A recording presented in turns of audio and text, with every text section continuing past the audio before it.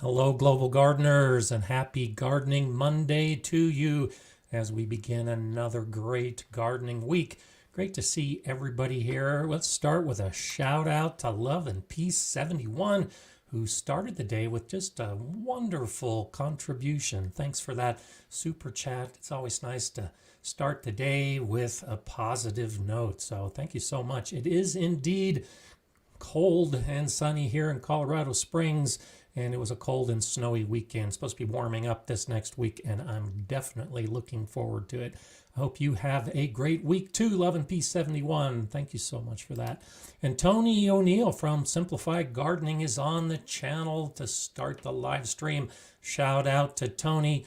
And I encourage that you go to the Simplified Gardening channel. I know many of you do watch Tony's videos, but his most recent video was talking about an award that he's been nominated for publishing, all the work he's been doing over the last year. And you can vote for Tony and help push him over the top. So check out Tony's channel and give him a vote. I've already seen a number of you say that you have voted. And if you haven't, go to Tony's channel and check it out and offer your support, because Simplified Gardening is a great channel. And I got the privilege to see an advanced copy of his book on compost that'll be coming out later this year.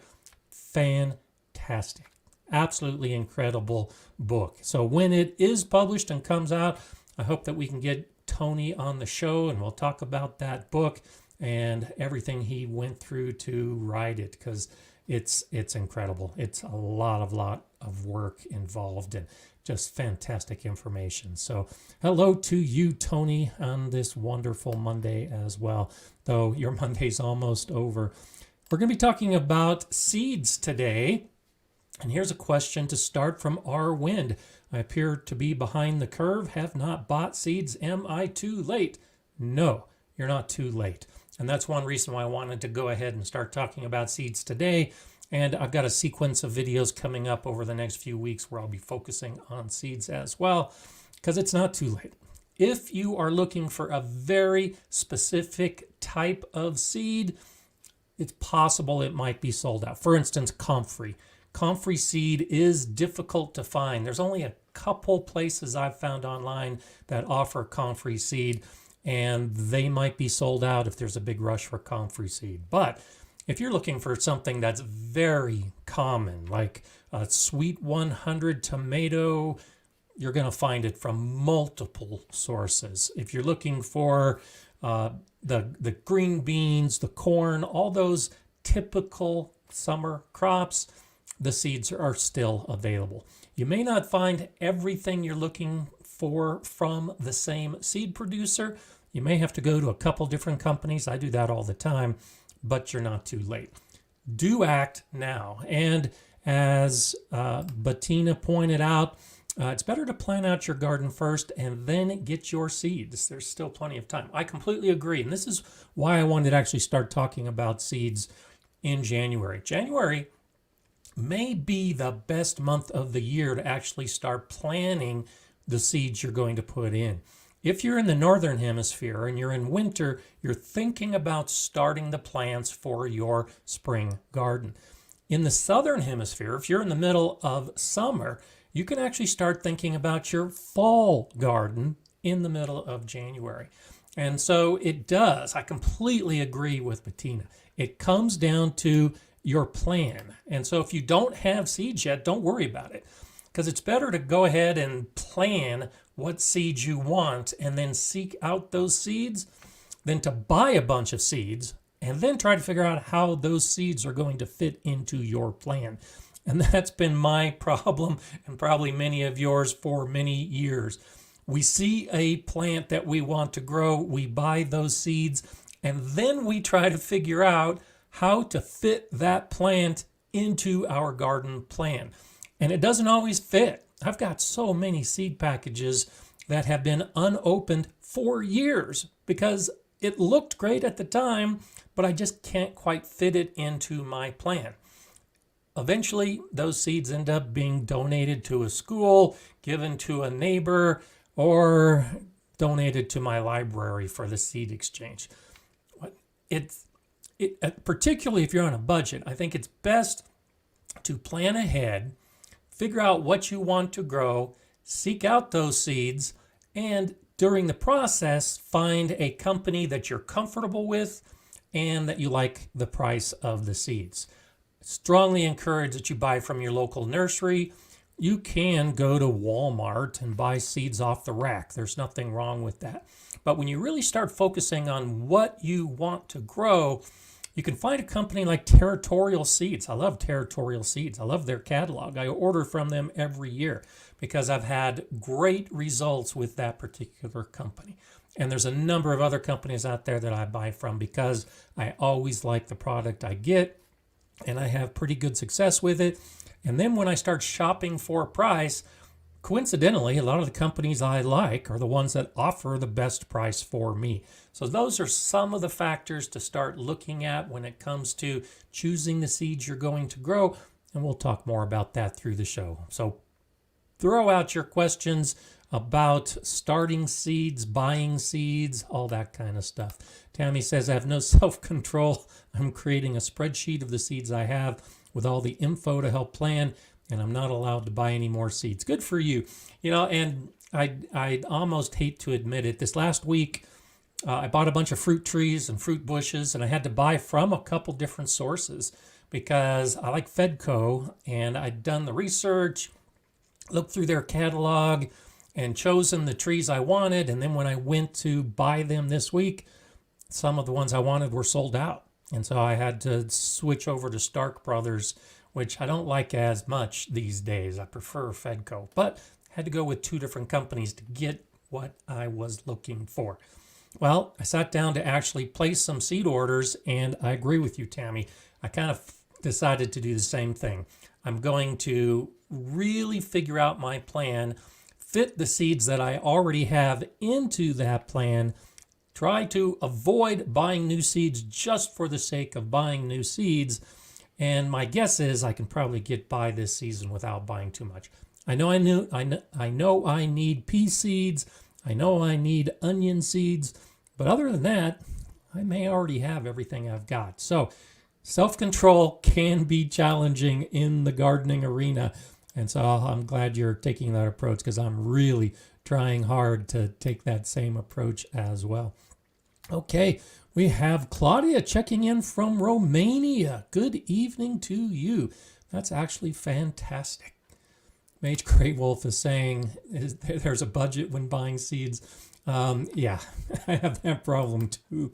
And if you think about it, and I did some videos last year, and I'll change up the seed videos this year, but I may reference it. Last year, when I counted, I had about 400 seed packages. And when you figure an average cost for those seed packages is probably around $3. That's over $1,000 worth of seeds. And those packages still had seeds in them. And there's no way I could plant all the seeds I had.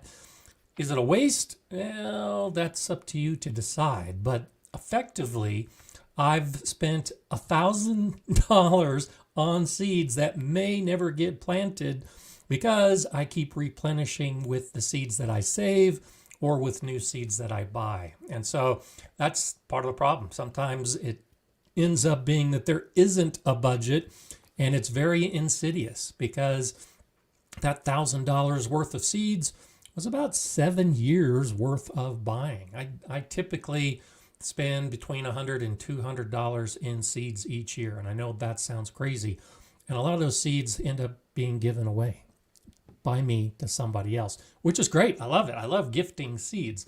But if you're on a budget, this gets back to the planning aspect. It's better to plan and buy what you know you need and are going to use than to just fall into the trap of buying seeds just because it's so much fun to be buying seeds. Jennifer's trying to get husband interested in some gardening. Had him pick out a plant for the single seed challenge. It's an eggplant. That's awesome. I think that's a great idea. And I've suggested that before with kids, getting kids involved with gardening too. Let them start with their own plant. And the single seed challenge is a great way to do that. You choose a seed and track that plant. So I love that idea, Jennifer. I hope your husband gets the bug. Brian says, I hope anybody feeding the birds in cold climates keep up with them. They're very dependent on us this time of year. Good point. And I actually got some seeds at Christmas time, some of those feeders, like the pine cone feeders. And so I've put those out in addition to my normal seeding of the birds. So I'm trying to keep up with it as much as possible. But you'll notice, even in the winter, if you have the seed out, it doesn't necessarily attract the birds right away, but they'll find the seed. And so I completely agree with you, Brian. Keep the seeds out. I have a video where I show how to do some bird feeding options, and definitely a good idea to keep your feathered friends happy. Okay, Terry saying, I'm looking for a mild pepper. Any ideas? If you haven't seen my video on shishito peppers, I think shishitos are just about the best mild pepper that I've ever had. So I love the shishito peppers as a mild pepper that is not a bell pepper, and just an absolutely fantastic. But I'm sure others will have some ideas. Poblanos from Anadin, and poblanos are a good one.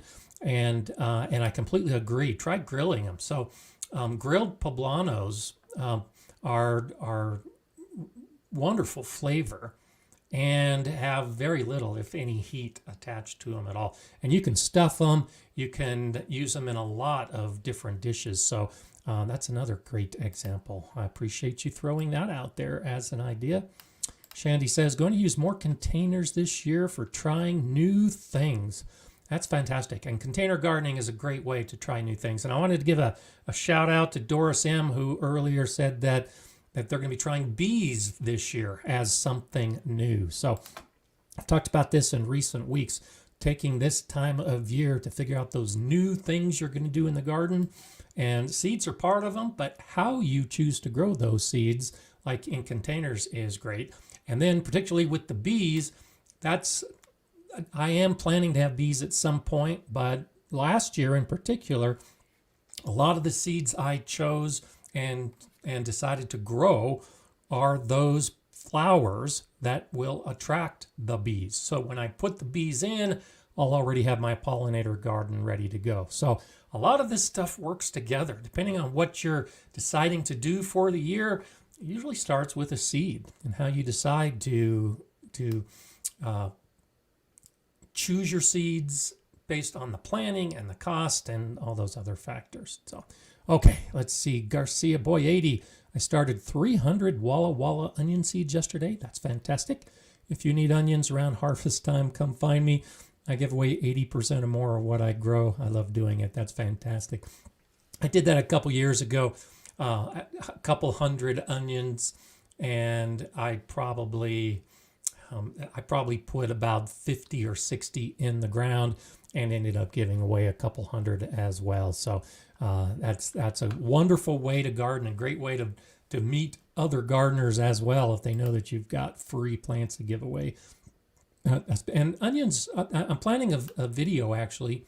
That's why I need to get some onion seeds, because I want to show the whole process start to finish. So this will be one of those videos that I start filming here in just a couple weeks, and I'll either release in August or September, or maybe hold it till next year. But I want to track an entire season of how to grow onions from seed, because it's easier than a lot of people think. And the biggest factor in choosing your onion seeds is choosing the onion seeds.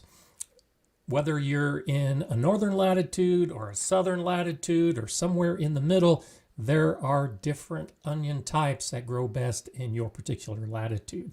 And I'll talk all about that in that video, of course. But check it out. Start thinking about growing onions. That's always a good thing to add. Simplified gardening, Tony says, on the bright side, guys, gardening is my only vice, so sod on the budget. Okay, I get it. That's good. You know, and that's kind of the way I look at it as well.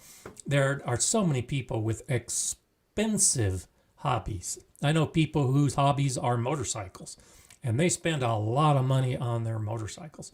And others whose hobby might be boating, and they spend a lot of money on buying the boat and the trailer and traveling and doing boating. When you look at gardening compared to some of those other hobbies or vices, yeah, $1,000 over a course of 7 years really isn't that much. So I completely agree there, mate. Gardening is a great way to spend your money if it is your only or primary vice. Patricia's saying, my single seed challenge is going to be a jalapeno. I saved seeds from last harvest and want to see how it does. Good for you. And that's, and the single seed challenge, for those of you that aren't familiar with it, and I just did a video talking about it this weekend. Scott Head, a couple years ago from the Scott Head YouTube channel, put forth the challenge to gardeners to choose a seed and then track that seed as it becomes a plant, and then as that plant at some point reaches harvest.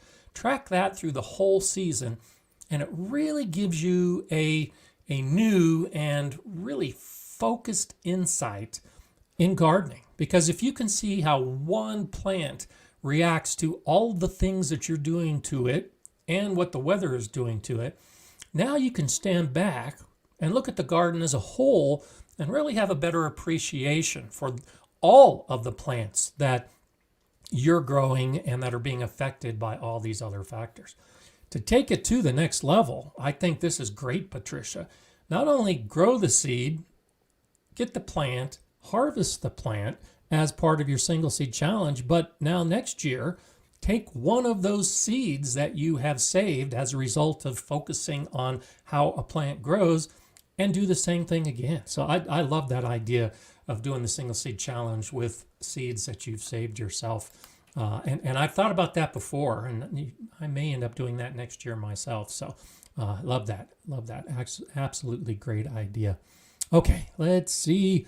I'm trying to catch up, scrolling down. Shandy's Garden says, every seed pack is cheaper than 1 pound of any produce that you buy at the store. Still a great deal, even if you only grow one plant ever. Completely agree. Completely agree. And I often do that. And I think most of us that really get into gardening do that. You'll see that seed packet. You want to grow it. You might only get 1 or 2 plants, but anything you can harvest off that is going to be well worth it. And you'll definitely save money rather than go to the store and buy something that is probably not going to taste anywhere near as good. So grow it yourself. It tastes better. You'll learn more about it. And absolutely, you save money in the long run. Dot to Trot made it. Thinning out my celery and starting some of my cold greens. Spinach, collard, Swiss chard this morning. Good for you. It's a little cold, too cold for some of us to be starting our greens, but I'm glad you're able to get outside and do it. And celery is one of those that I'm looking at. I'm planning on growing some celery this year, and I don't have any celery seed. So that's on my list of the plants that I will definitely, or the seeds that I will definitely be buying. And so that gets back to the planning idea.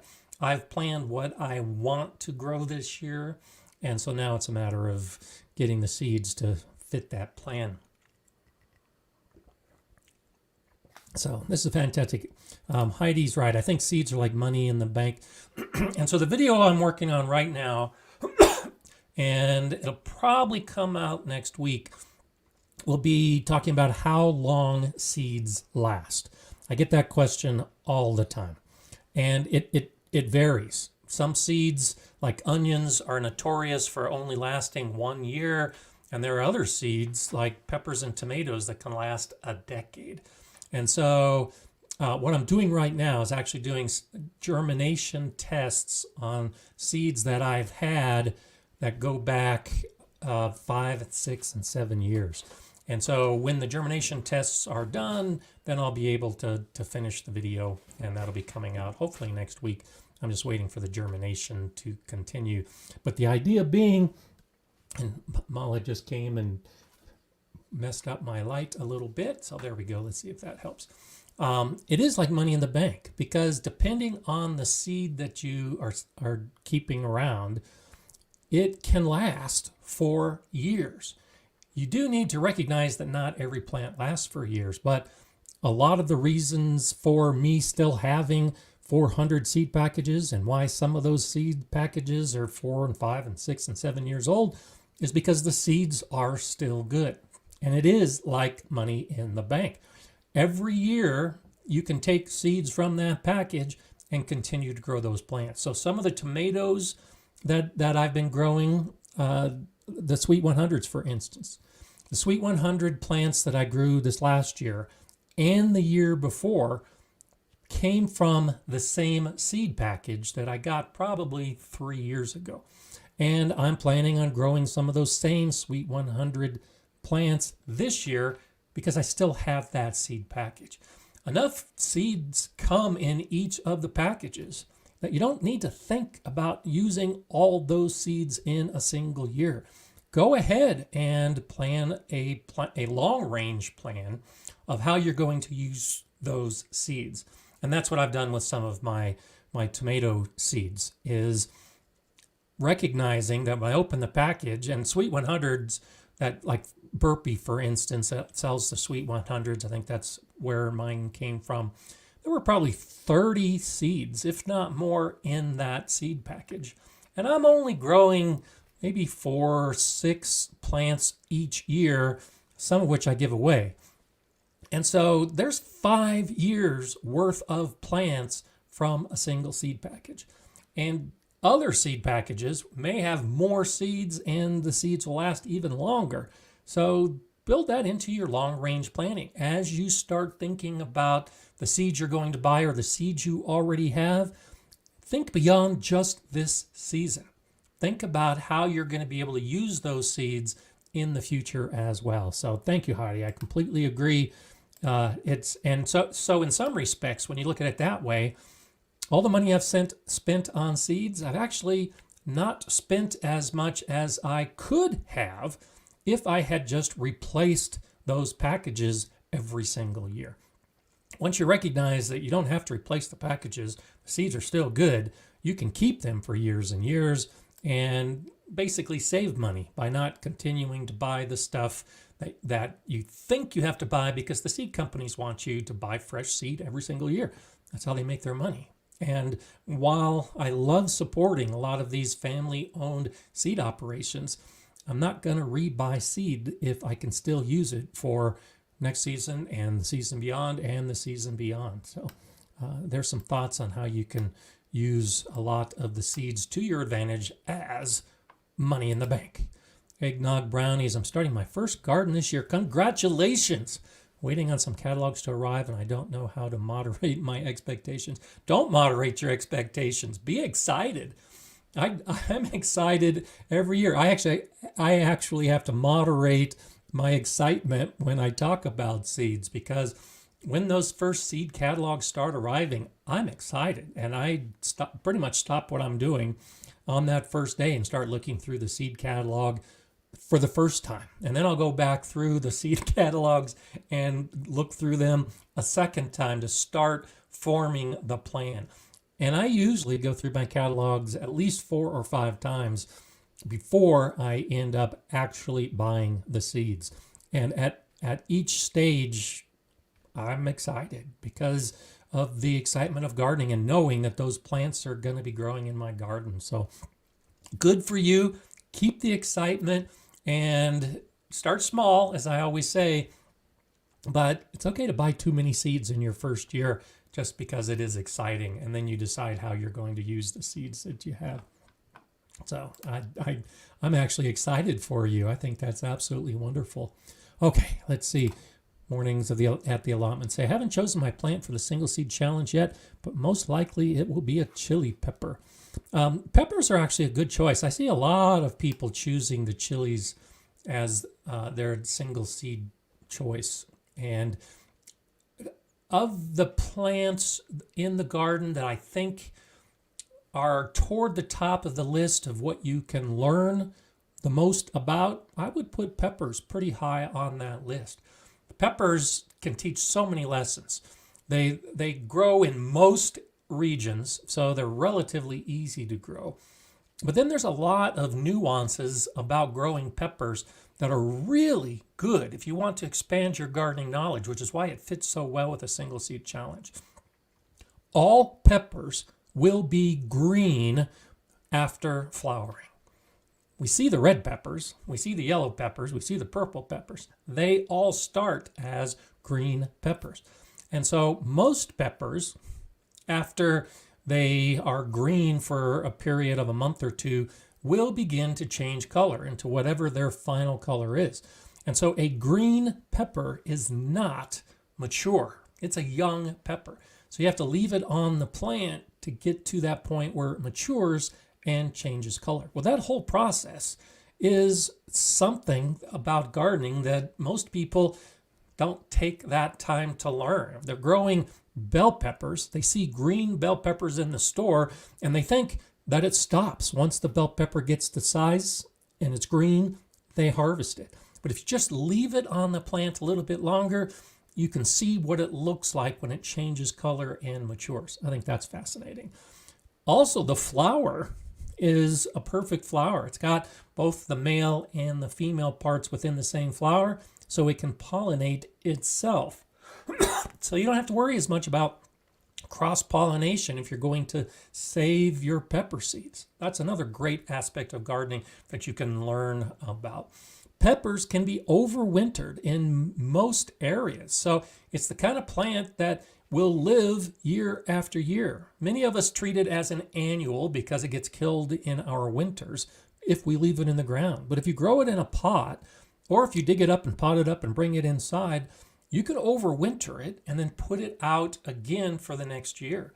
And so 3, 4, 5 years of growing the same pepper plant is completely doable for many of us. So these are all different types of things. This is what makes the single seed challenge so great, is because whatever plant you choose, you can start seeing these distinct characteristics of growing that particular plant that can then carry you into the rest of your garden. And so once you learn about the pepper flower, well, you find out that tomatoes have a very similar flower, and beans have a similar flower, but squash have a completely different type of flower. So those are the kind of things to start thinking about if you are tracking a seed and a plant. What can you learn from it? What is unique about that plant that is not present in a lot of the other plants you're growing? And then also what's unique to that plant that really isn't so unique, because there's other plants that are different but have similar characteristics. So wonderful, wonderful ideas. Frank says on peppers, Tomato Grower Supply has expanded their pepper selection listed by heat and type. That's good. I didn't know that. I've bought from Tomato Grower Supply in the past. I don't think I've gotten peppers from them, but that's a good idea. So, okay, let's see. Melissa says, my neighborhood birds freak out over black oil sunflower seeds, and they make such a mess of the seeds, but I love seeing them happy.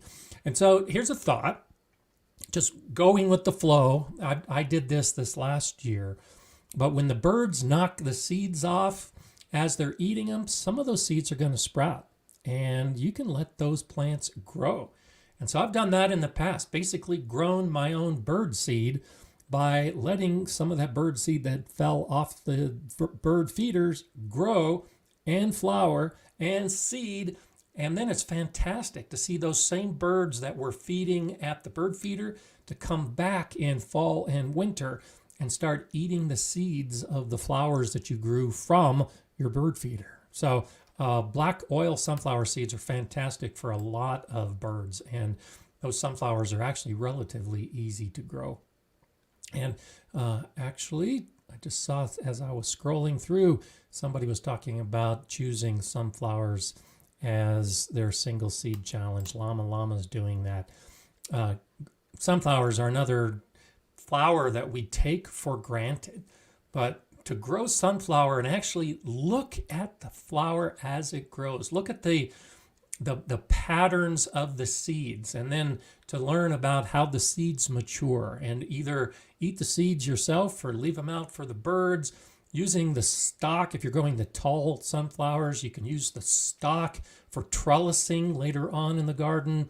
There's just so many wonderful things about sunflowers. So I think that's fantastic that you're using that as your single seed challenge choice, because I'm guessing you'll be learning a lot about it. I think that's a good way to approach it.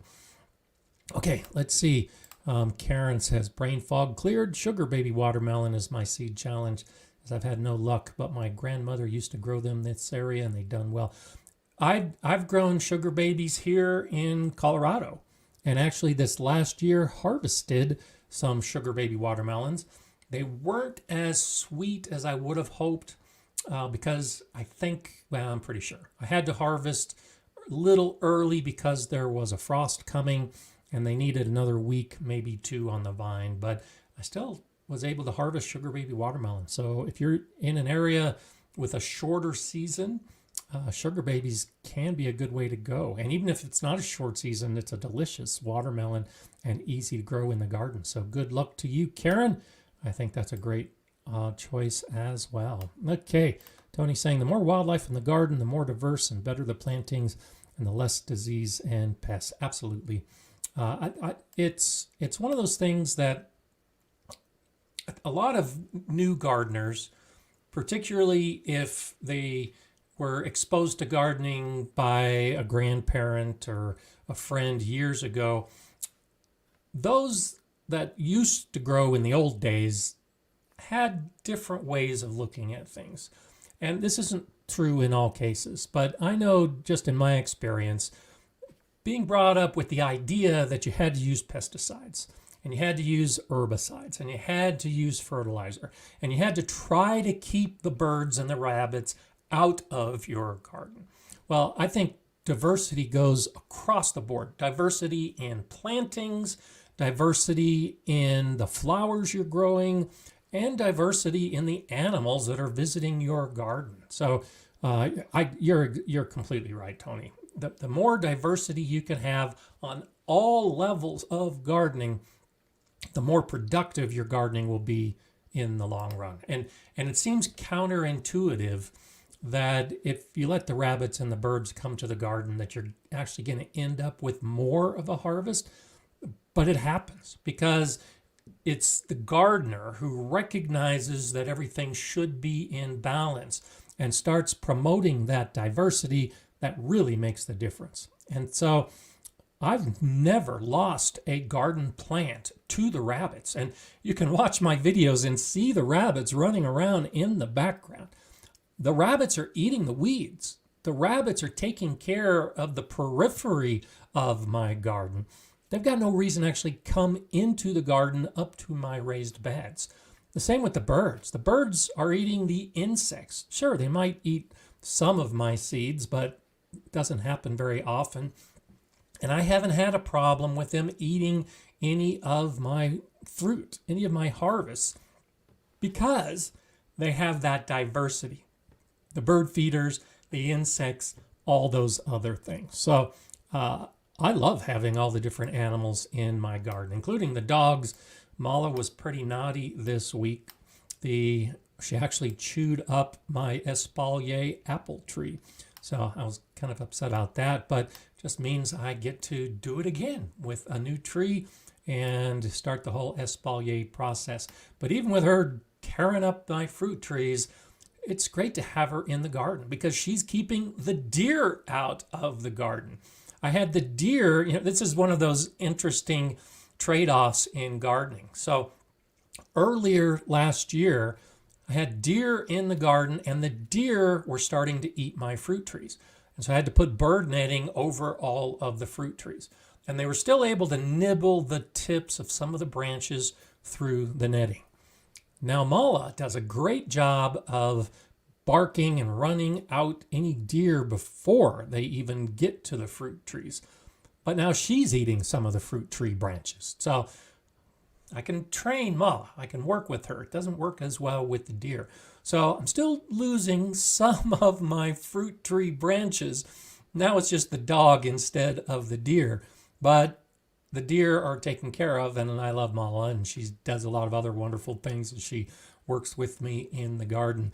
It's all part of that diversity, and you never know exactly what you're going to get during that process. So I think that's kind of funny. Us Chance Monica says, my single seed challenge is a Casper pumpkin. That's one of those white ones. I've grown the white pumpkins. Those are really cool. We grew them at the school and the kids love them. Kids love white pumpkins. Adults like white pumpkins. I'm creating a video about it for my YouTube channel later today. Awesome. So I talked about this, I think it was last week when we were talking about the single seed challenge and making a video. If you're making a video or if you've already made a video, tell us about it. Tell us about it this week. Tell us about it next week. But whenever you're doing that video, tell us about it. And I've already gone to a few channels and checked out the videos, and it's awesome to see some of you making a video for the very first time and then posting it on YouTube. I just think that's awesome. And it all has to do with your garden and what you're doing. So Monica, get out there and get that video done and then tell us about it so we can definitely check it out. That's awesome. Okay, let's see. As we scroll down, I'm trying to stay caught up with the comments. Karen says, I grew some foot-long bell peppers last year and I forgot the name of them. That's a big bell pepper. I don't know of any that are that long, but that's fantastic. That sounds like something you might have got from Baker Creek. Baker Creek has some weird fruits like that just grow incredibly big, but that's incredible. Foot-long bell pepper. Arwin says, squirrels got into my new homemade earth boxes, ate everything. We've built cages with wire now. Sorry to hear that. Caging is one of the best things you can do to try to keep animals out. As I've mentioned before, another great option for squirrels is to give them another area. It's like I do with my rabbits. Give them something else to eat, and hopefully they'll stay out of your garden. And that's what I did at the last house. My last garden. Bird feeders and squirrel feeders kept the squirrels busy, and they never got time to come to the garden and actually eat any of my garden produce. So I still had lots of squirrels, but they left my garden alone because they were always someplace else. Let's see. Joy the Garden says, some plants could come back. Don't pull out too eagerly. Completely agree. I think that's probably in reference to something else, but as you're thinning out plants, as you're pulling plants, especially if you're new to gardening, take it slow. The whole process should be slow and simple and small in the beginning as you figure out what you can grow and what will come back and what won't come back. Okay, let's see. I'm talking about Marconi peppers. That's awesome. Brian posted the first garden tour video, and I checked out that video on Brian's channel, and it's just so nice to see someone done their very first video is a gardening video. And so check out Brian Seabird's first video on his channel as he does the garden tour, and the garden looks great. I think it's awesome, especially for those of us that have a garden covered in snow. And while I'm talking about a garden covered in snow, I'll go ahead and say a few things about the background today. So this background comes from Patty Walakowski, or Walsakowski, I think is how it might be pronounced. And so this is typical of some of us at this time of year, what our gardens look like underneath the snow. But wanted to point out a few things. You can see that primarily this is a circular garden that runs around. You can see this fence that goes all the way around just to the side right here. Actually, I'll go this way. And so right here are the gates to get into the garden.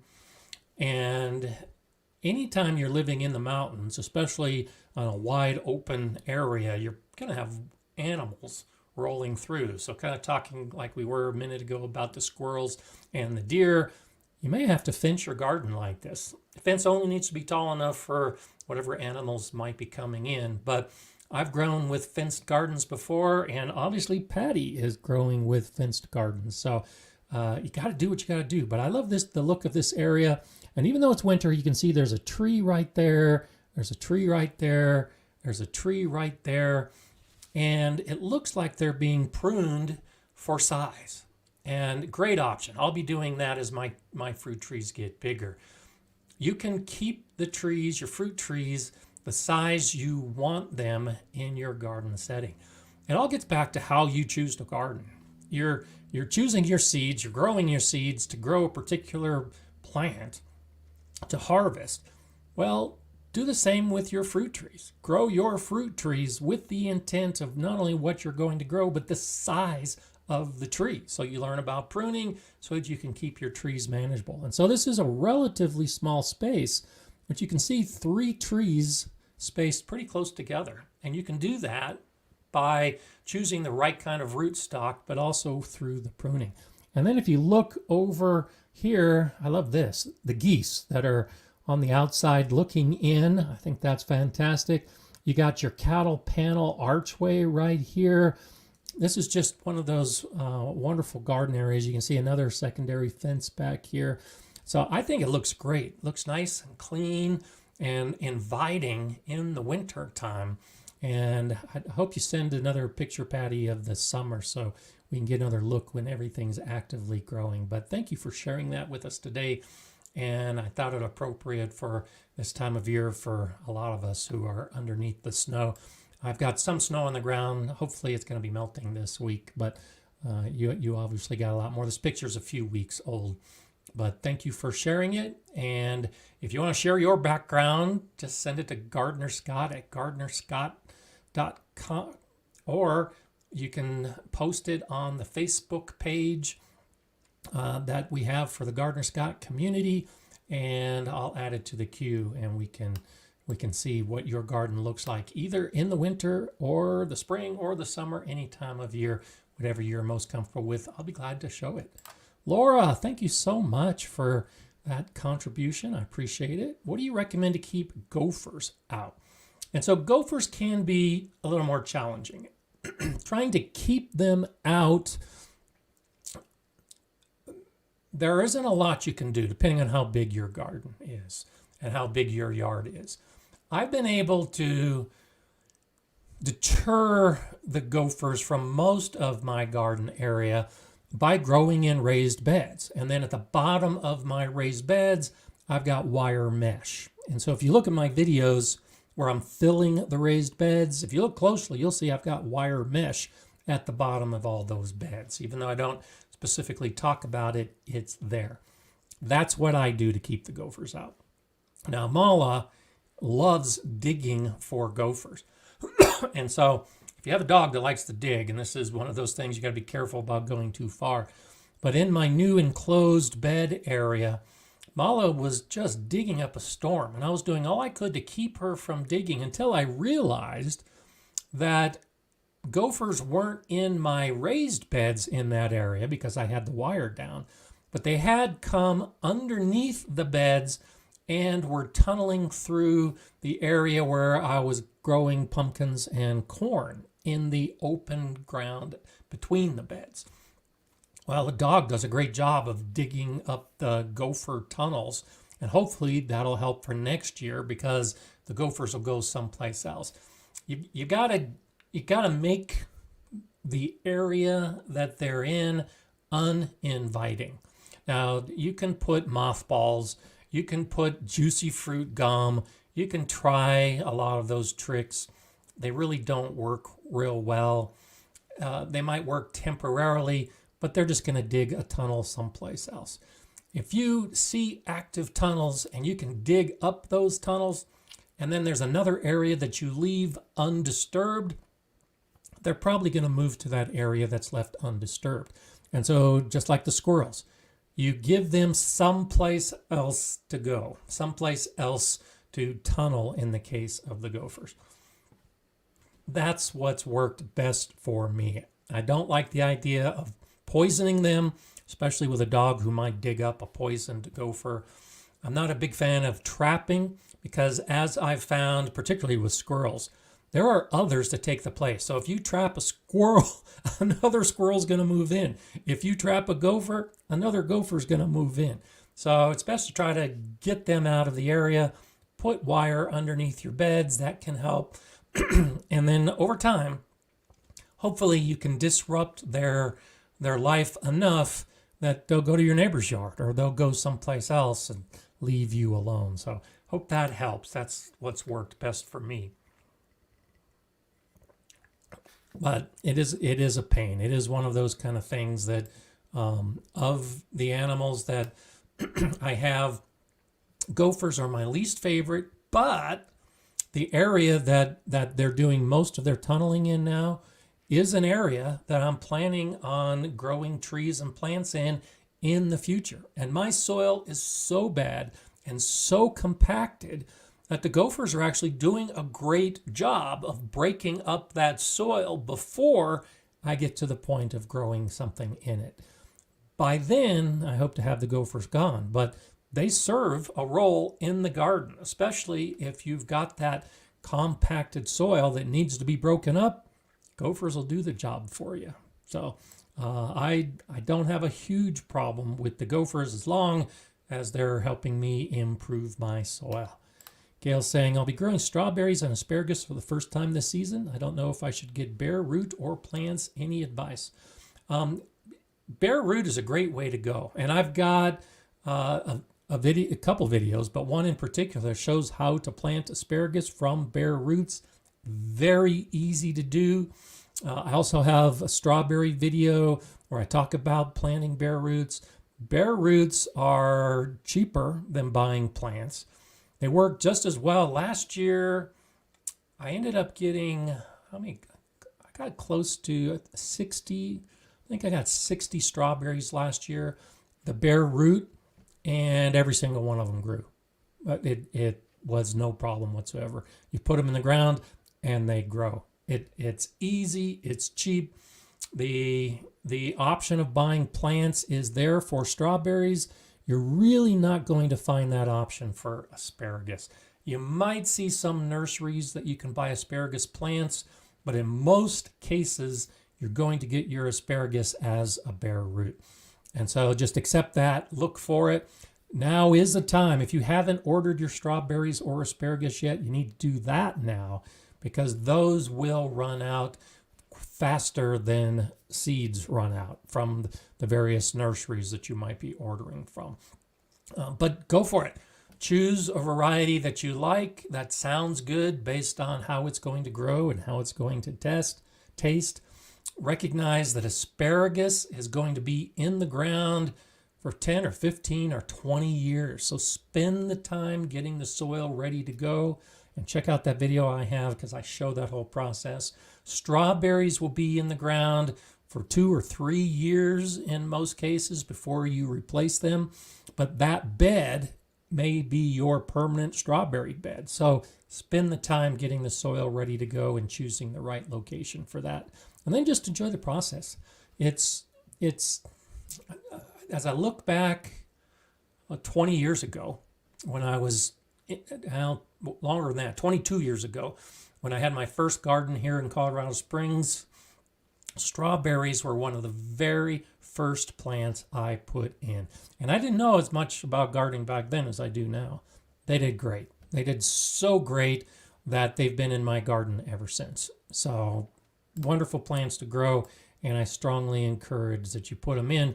And bare root, I think, is the easiest way to do it. They tend to grow well as long as you choose a variety that will do well for your area that matches your zone.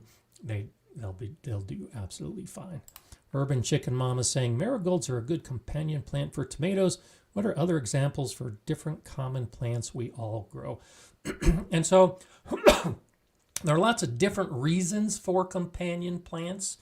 You can grow companion plants because they have the similar water needs and similar soil and sun requirements. And so you're growing plants next to each other. So I'll grow basil and peppers and tomatoes in the same bed for that reason, because they have very similar needs as far as sun and water and soil are concerned. You can have companion plants with the intent of being a pest deterrence, and that's often what you do with marigolds. You can do the same thing with onions and garlic. If you haven't thought about growing those kind of plants, they can deter some of those pests that might be attacking the plants that we want to harvest. Nasturtium is a great companion plant because it becomes a magnet plant for aphids and all of those other pests. They'll attack the nasturtium before they attack other plants. I use turnips the same way. I have flea beetles occasionally, and the flea beetles attack my turnips first. So I use turnips as a companion plant to attract the flea beetles so they're not eating other plants. And so a lot of the companion plant books, I don't necessarily agree with their recommendations, especially since you'll have one book that'll say definitely put these two together, and you got another book that says never put these two together. I think a lot of it comes down to what you find within your garden. So if you're growing plants in your garden and you don't see a particular pest in your garden, well, think about that. That's where the garden journal comes in, that you had garlic growing near your tomatoes, and for the first time, the tomatoes weren't attacked by whatever the pest happens to be. Now you know that the garlic can be a good companion plant. Or later in the season, you notice that all of your turnips are being attacked by a particular plant. That's one of those kind of things you can, in the future, put that in as a companion plant to attract. So see what's happening in your garden to make your own choices of companions. But there's a couple ideas. And flowers of all type throughout the garden are great companion plants because they're attracting pollinators, they're attracting predatory wasps, they're attracting a lot of the things we want in our garden, a lot of the insects we want in the garden. And so if I've got bare space and I don't know what to do with it, I put a flower in. Even if it's just an annual, I'll put a flower in my garden because it will serve a purpose. If nothing else, just to look good. But it often serves that purpose for attracting some of the good bugs, along with keeping some of the bad bugs out. Sandra saying, hi, I'm from Corpus Christi, Texas. My lavender got damaged from our last 4-hour freeze in spite of being covered. Should I prune it back now or wait for spring? I would suggest waiting. One of the things about lavender, most plants in the winter, the growth, the leaves, the branches, that plant is insulating itself.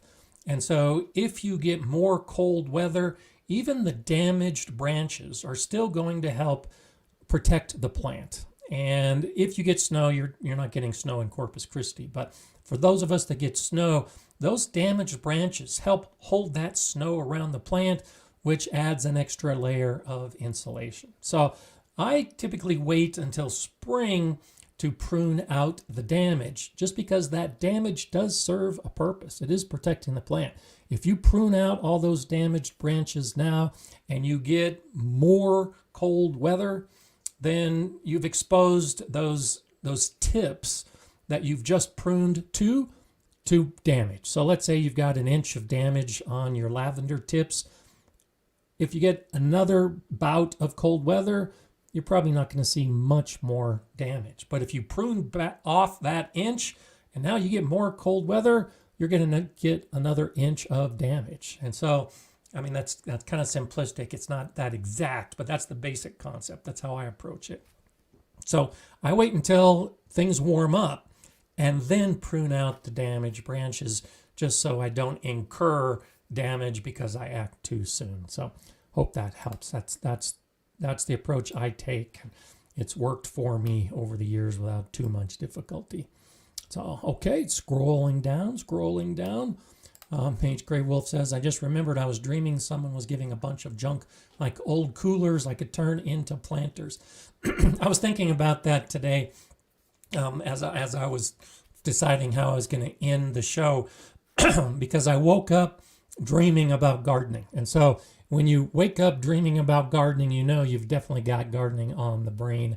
And so I think that's funny that you're dreaming of that, because I think there's a lot of us that are probably in that mode, waking up dreaming these days. And especially about the seeds. And so the video I've got coming out on Thursday, this last week, I spent a lot of time cleaning up my grow area. And so that's one reason I wanted to talk about seeds today, because I wanted to talk about getting your grow area ready. And it starts with just having a grow area, a table. Now, it could be a kitchen counter, it could be your dining room table. If you're lucky enough, like me, to actually have a space where I can dedicate some tables and some lights, start thinking about getting that ready to go, because that ties in with your seed plan and the seeds you're going to buy. If you don't have a place to grow the seeds, and I've done this in the past as well, where you buy all your seeds and you're ready to go, and then you just don't have the space to start all the seeds you wanted to start indoors. You don't have room for all those peppers and those tomatoes and all those other things you were going to start. And so get your grow area ready. Get those pots ready. Get those containers ready. Get your potting soil ready before you get to seeds, because you may realize that you don't have the space for all the seeds that you were going to get. And what the video will talk about is how I reuse my pots and I reuse my potting soil, and what I go through every year to clean the pots, to sterilize in case there was a potential problem that I wasn't aware of. Well, I start with sterilized pots, and then I get all the lights checked out and the heat mats all checked out. That's all part of getting your seeds going each year. If you do it backwards, if you buy your seeds and then you figure out what seeds you're going to grow and then try to figure out how you're going to grow those plants, you're going to have some issues, and you're probably not going to have the success that you'd like to have. So you do it in a nice sequence, you get everything lined up, ready to go, and it's all part of your plan, then things should work out pretty well. And I'll have a video coming out here, I think week after next, where I'll be talking about when to start your seeds for the best success, because that's another factor. You got to come up with your plan and buy your seeds, but you also have to figure out the best time to start the seeds, not just indoors, but outdoors as well. And I have an older video where I talk about that, but I'll be updating it. So start thinking about all of those kind of actions as well. It's more than just buying the seeds that you want to grow. You actually have to be ready to grow those seeds. And so if you don't have a grow area set up, start thinking about getting one set up. If you don't have lights, you need to start thinking about getting lights. All those other aspects of starting from seed are important. And I don't think that any one aspect is any more important than another. You have to go through the whole thing. Last year I did a video on 10 common mistakes that people make when they start seeds. You should check out that video, because it gives that insight of those kind of mistakes that people make, where they don't think about the lights, they don't think about the soil, they don't think about the container, but now they sit down to start seeds and wonder why it doesn't work out as planned. Well, you can get it right from the beginning by just spending that extra little bit of time to get it right from the beginning. Idaho Hoosier, happy Monday to you. Peace and blessings from Julie. Thanks for all you give us. Well, thank you for what you've given me. I appreciate that as well. Idaho is a great state. Idaho is one of those, and you're a Hoosier now, so I'm guessing you're from Idaho, but now that you're Hughes, I said it right the first time. Idaho, I vacationed in a couple years ago, and it's a beautiful, beautiful state. And we drove through it for hours and hours through the trees and the mountains. And it's a challenging gardening environment. Just like those of you that I know that are here from Nevada and Utah and me in Colorado, this whole region can be quite challenging. But I appreciate that contribution from Idaho Hoosier. And I hope you have a wonderful weekend gardening season as well. Luz says, I was gifted a beehive kit. Any tips, tricks for success? Research, lots of research. Bees are relatively easy to manage, but you have to understand their life cycle. You have to understand the entire year, because bees are not just feeding on flowers. So you're going to have to learn all about the sugar water and feeding them during the winter, and when they should be covered and when they shouldn't be covered, and dealing with the mite issue if they get infected with mites. there's a lot to know about keeping bees. Not to be discouraged, but check all of that out before you get actively started with bees. And just like with the seeds, if you start with that knowledge and start with that preparation and have everything ready to go in the beginning, you'll have better success. And as for the seed planting, Luz, this year you should be planting every flower possible that will be food for those bees.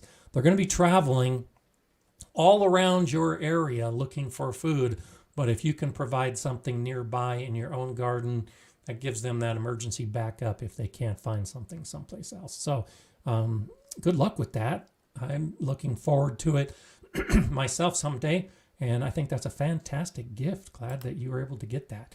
But research. When I first started thinking about doing bees, I checked out my local bee society. And so most towns will have a club or a society, some group of beekeepers.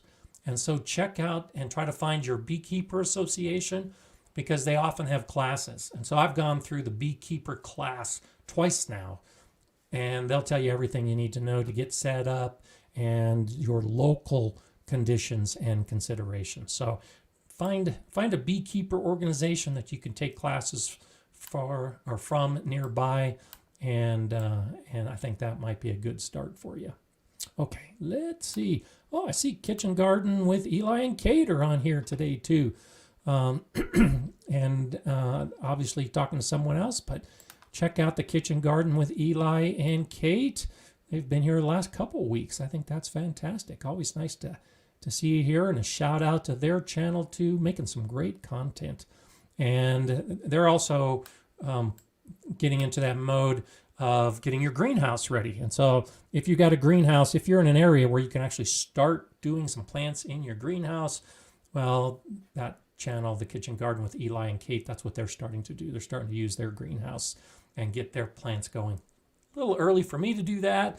I'm a bit envious, but good information that you can check out on all those other channels that I encourage you check out.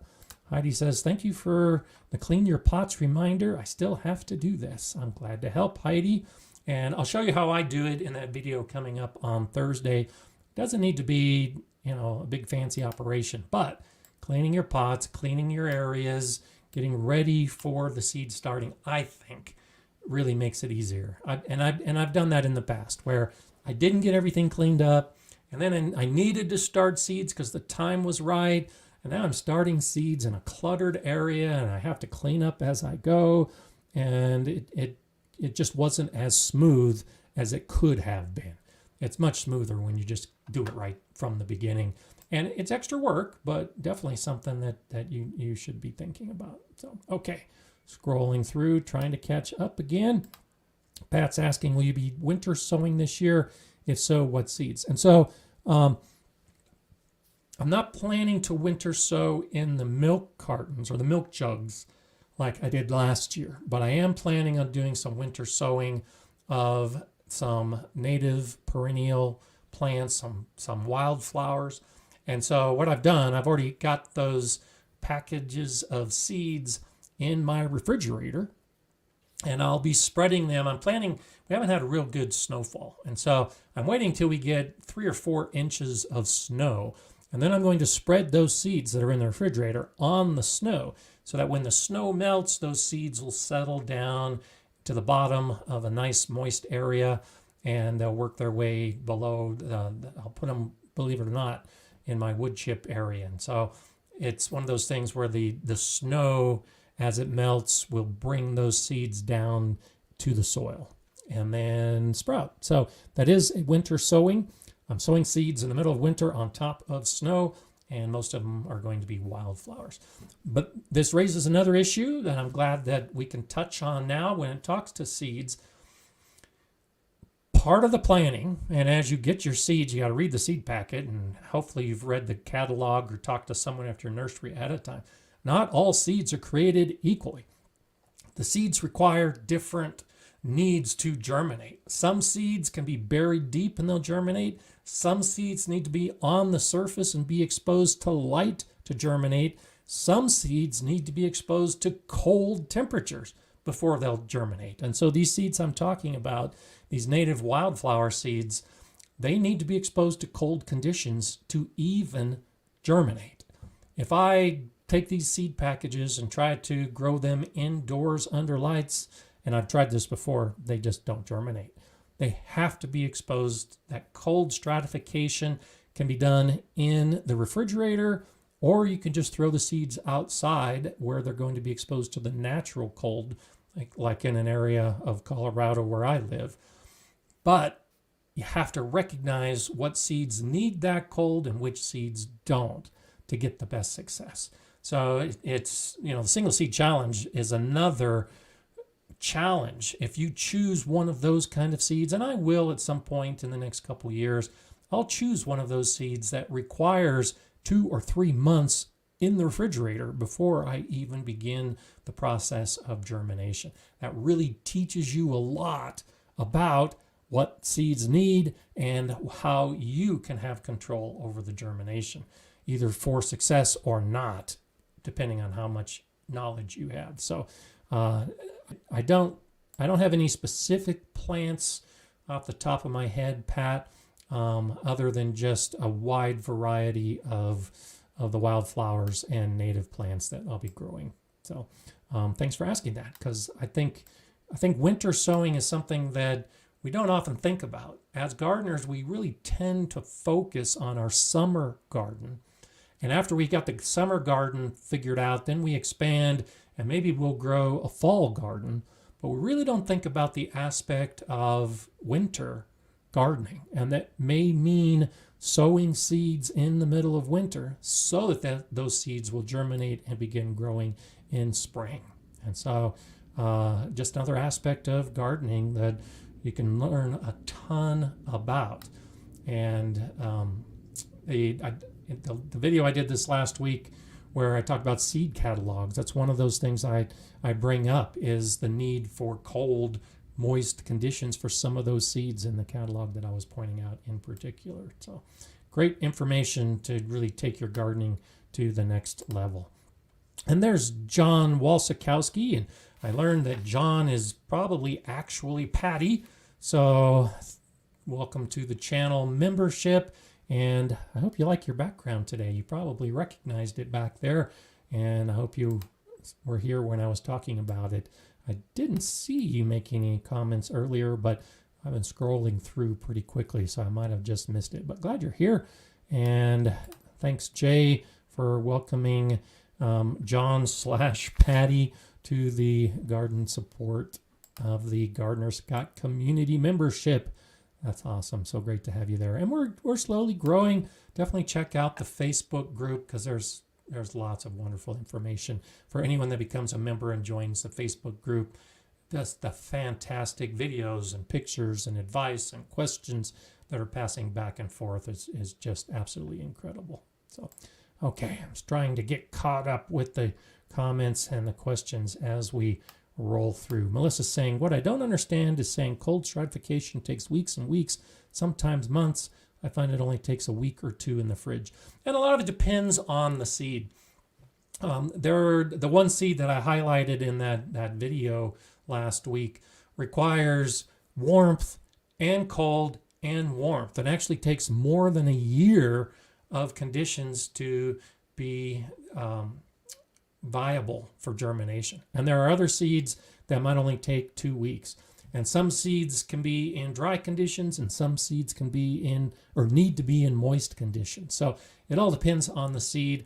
And yes, I've had success with seeds that say they need 6 weeks in the refrigerator, and I only put them in for 2 and 3 and still got pretty good germination. Absolutely. But for best results, it is a good idea to follow whatever the recommendation is from the seed company if it is a seed that needs cold stratification. And I think, to your question, I think some of those seeds are probably stored at the nursery or at the seed company in refrigeration. And so when they're shipped and when you buy them, they've already been exposed to some of that cold stratification. And so when you put them in your refrigerator for a couple weeks, you kind of just jumpstart a process because they've already had enough exposure to the cold. Don't know that for sure, but that's what I suspect. If I were a seed company and I was selling these seeds, I'd be storing them in cold storage. So it's an assumption on my part, but I suspect that's one of the reasons that you're seeing that. Elsa's saying, is it too late to put garlic in the ground? So it depends on where you live, but yes, probably.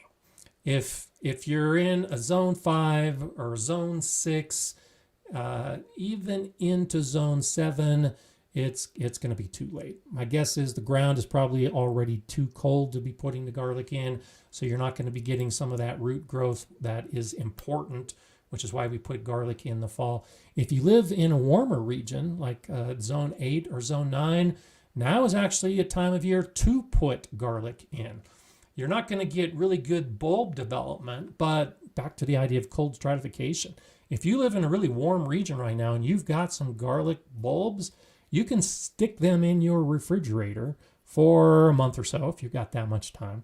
Put those cloves in the ground and then start growing them, and you'll get some pretty good bulb development. The clove needs to be exposed to cold temperatures to get good bulbing.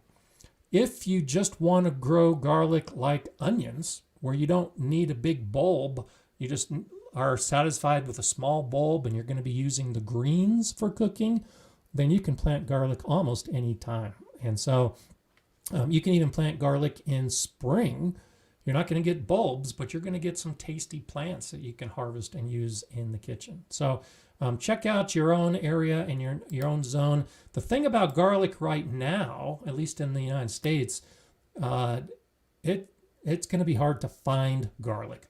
Garlic is sold through the nurseries and through most catalogs in the fall, because that's when it goes into the ground. So you may have difficulty finding garlic to grow at any time other than the fall, but it can definitely be grown just about any other time of year. So, okay, let's find something else that we can talk about. Looking for some seed questions. Speak Life Garden, Homestead, and Permaculture. Welcome on this Monday to garden. I did kale, tomato, lettuces, all kinds of stuff. You can do nearly anything, really. I followed many videos on YouTube how to do this and loved it. Fantastic. I'm on YouTube, of course. We're on YouTube right now, and that's one of the things about YouTube that makes it so great. And that's why I give shout outs to the Kitchen Garden with Eli and Kate and Simplified Gardening and Scott Head, because there are some really good channels out there, and we're giving you great information to help you on your journey with all kinds of stuff. And so you can find specialized topics, but for general information, I think a lot of us are watching pretty much the same channels, because what you're going to find is the good information acts as a magnet. And so people are going to find these good channels like the ones I give shout outs to, because there are good, there are tons of good information. Mage says, I got to figure out how to grow garlic in Florida. Look for a variety like a Creole garlic varieties. Some of those varieties are really meant to be grown like in a zone 8 or even a zone 9. You won't be able to grow the garlic I'm growing, because I'm growing Russian varieties that won't do well in Florida. But you can grow garlic in Florida. You just got to make sure that you choose the right kind of variety. And again, it'll take a little bit of research.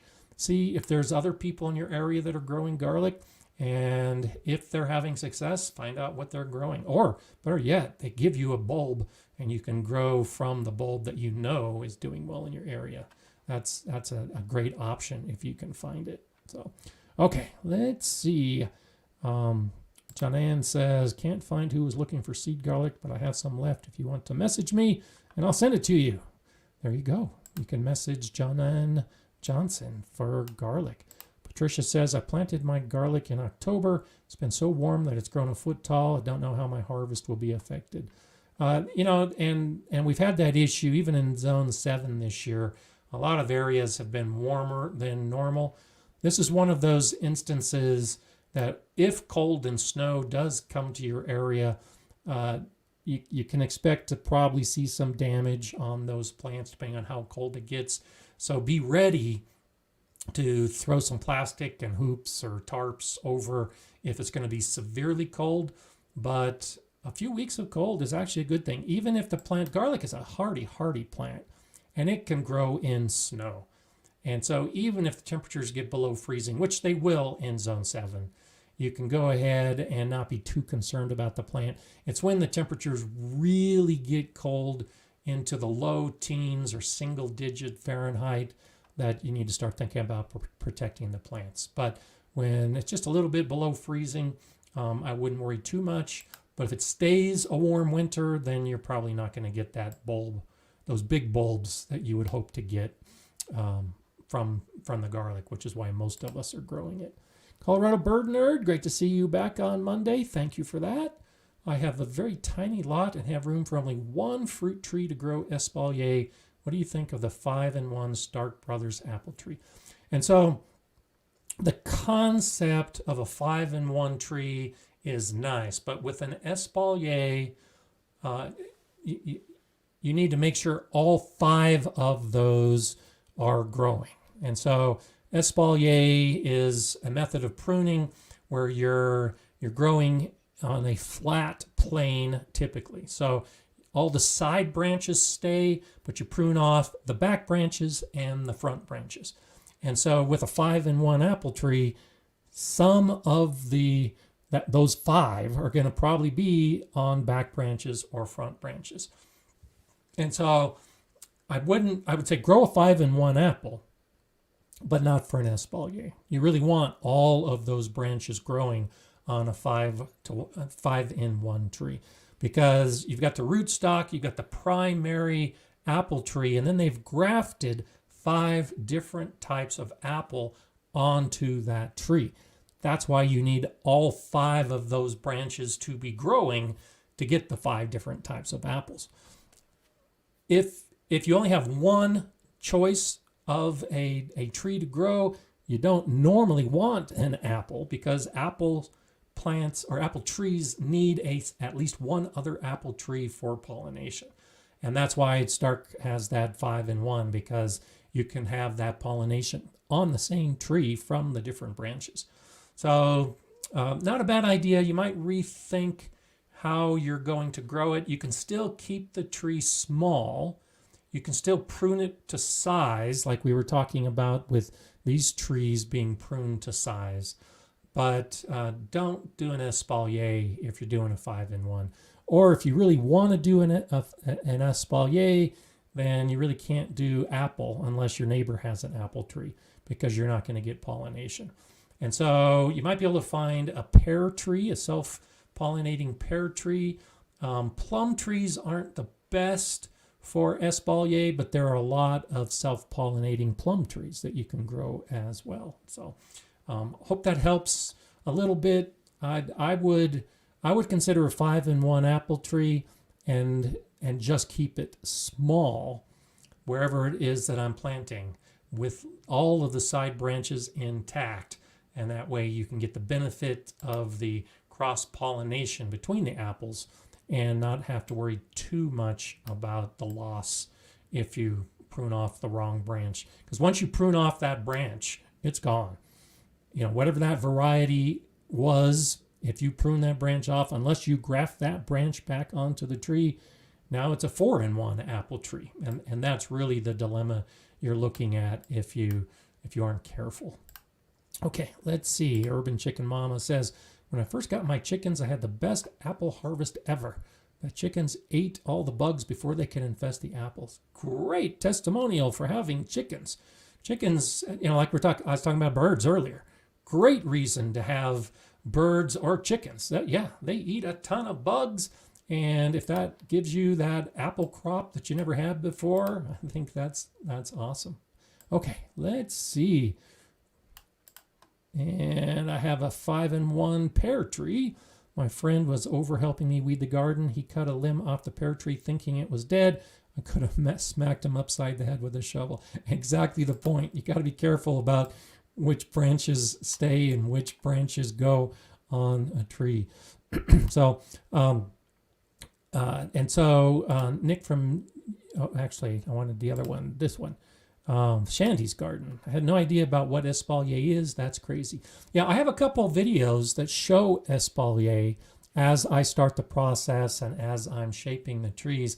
It's a fantastic way to grow if you have limited space. You just put a tree against a wall, against a fence, and it's incredible the amount of fruit that you can get from an espalier tree. The concept goes back a few hundred years. Primarily European royalty is the beginning of the concept where they'd have their gardens with these pruned trees in a small space. But yeah, check out espalier. That's one of those options to gardening that many of us don't think about, who want to grow fruit trees because we just don't think we have the space. And with the selective pruning, you can really have some pretty good success with it. And I love espalier. I think it's fun to actually shape and get a tree growing in a space that you didn't think you would have a space. Garden Girl says, what are the best lavender seeds to grow in Zone 6, Michigan? And so I grow Munstead and Hidcote because they're suitable for Zone 5, and that's what I would suggest. Something along those lines. Most of the lavender you're going to grow is going to be a Zone 6 lavender, but especially in Michigan, where you can get some severely cold winters that might be outside the norm, I would say look for a Zone 5 lavender, just for safety's sake. If you have a terribly cold winter, Zone 5 plants are going to make it through better than Zone 6 plants. And Hidcote and Munstead are the ones that I grow, and I've had great success in my Zone 5 growing those particular types of lavender. A couple different types of lavender, be it an English lavender or a French lavender, the kind of flowers you're looking for, whether you're going to use it for attracting insects or in your kitchen. There's some extra research you should probably do to see which variety is best for you, but there's a couple ideas. I hope they help. Lavender is a wonderful plant, and it's a Mediterranean plant that if you can grow it, if your climate is suitable, I say grow it because it's a great garden plant. Wonderful benefits. It does deter many garden pests. It looks great. It attracts insects, and in most cases, you can use it to make sachets. You can use it in your kitchen. It's a wonderful, wonderful plant. So glad you're asking that question. Just choosing the right one for Michigan with the appropriate zone can be important because there's a lot of lavenders out there that are Zone 7 lavenders that you should stay away from. But you have to figure that out for sure. Christine says, going my blueberries in pots. I just ordered some blueberries this last week to put in pots. See Dave Wilson Nursery for the method. And so I've watched a lot of the Dave Wilson videos. That's another one of those channels that I haven't really talked much before about. But as far as pruning trees and growing fruit bushes and fruit trees, yeah, I agree. Check out Dave Wilson and Wilson Nursery because they have some great videos that show how to do a lot of things that you need to do. And so I'm guessing there's some questions that came up about blueberries. Vanessa's saying they need acidic soil and mine's alkaline. And that's why I'm going to be growing in pots because I've got alkaline soil as well. But I'm going to, and I'll show videos of this, of course, but I'm going to create an acidic soil, put it in the pots, and then put the blueberries in those pots. So just ordered a couple different types of blueberries. And the process takes a long time. And so this is another one of those where I'm going to be doing it and filming it, but you're not going to see the video for a while because sulfur in particular is one of the primary tools we use to lower the pH. It takes time to actually work in the soil. So I'm planning within the next couple weeks, hopefully, to actually start making the soil blend, putting the sulfur in it to lower the pH. And I'm not going to put my blueberry plants in that soil until they arrive in probably late April or the beginning of May. And so I'm giving myself about 4 months 6 months is better.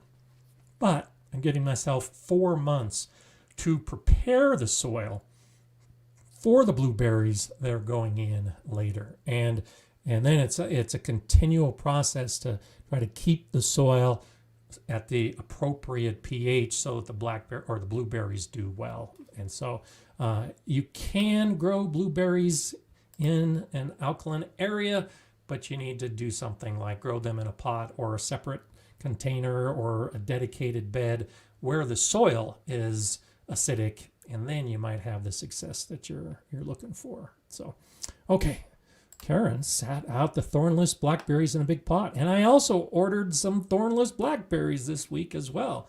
And I'll be showing you that as well. I'm going to be putting those into a dedicated low raised bed area. So nice to see all of that.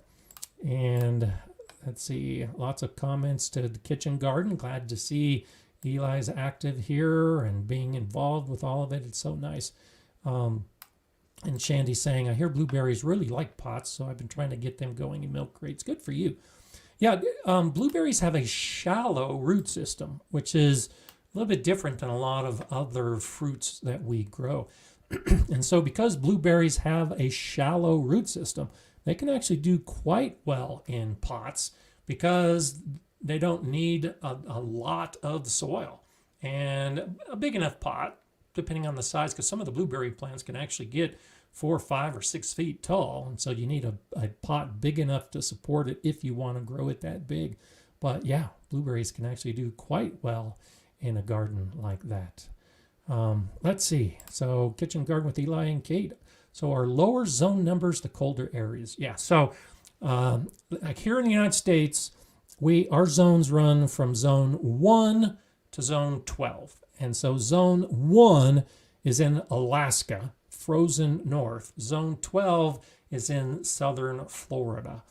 And as you might guess, in the middle of the country, like for many of us, we're in zone 5 and zone 6. So the lower the number, the colder the zone. The higher the number, the warmer the zone. And so in the UK, you really only... It depends on where you're at, but for the most part, you're going to be in a zone 7 or zone 8. The whole region is in that zone. And so I'm guessing, I forget, I think you've said this before, but I think Scotland is an equivalent for us of a zone 7. And so 7 and 8 are close enough that there aren't that big a difference. It's only a 10-degree Fahrenheit difference. It's only about a 3.5 degree Celsius difference between zones from the north of the UK to the south of the UK. We have dramatically different conditions here in the States, from the severe cold of the north to the severe heat of the south. And so hope that helps out.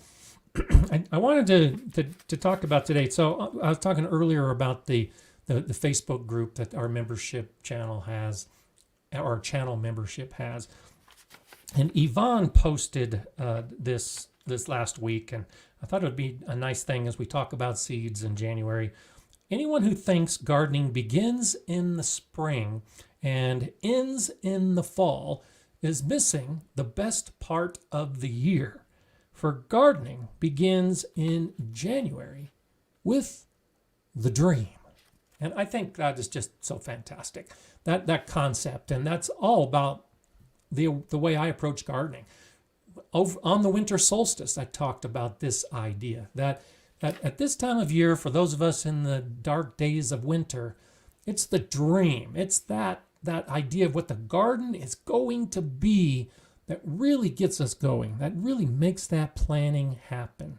And I really do think January is a great time of year to garden, because we're dreaming about what the garden is going to be. Or if you're in the southern hemisphere, you're right in the middle of your growing season when everything is starting to pop and you're starting to get those harvests. And so while this quote was really directed to those of us in the northern hemisphere as far as dreaming about our garden, I think it holds true for everywhere. even if in the middle of summer, you can still have that dream about the whole garden season, about the end of the season, about the fall garden. And I'm thinking about what seeds I'm going to be buying in January all the way back in June. Throughout the course of the season, it's an evolving process. And so if I plant a particular bean, like the rattlesnake bean, for instance, I really like the rattlesnake bean. Well, as I see it growing in the middle of summer and doing so well, I'm already making notes that I need to make sure I either save the seed or buy the seed to have it ready to go the next year.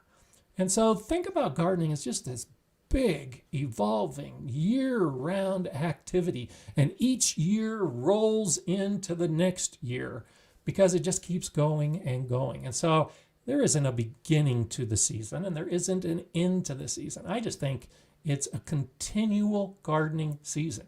It's just the question of what we're doing at that particular time in the season. Right now, I'm thinking about seeds. I'm thinking about getting ready for starting my seeds, the planning for the seeds, but I'm also thinking about what those plants are going to look like and how I'm going to grow them and how I'm going to harvest them and whether I'm going to save those seeds to start the whole process again next year, maybe with one of those seeds being my single seed challenge seed.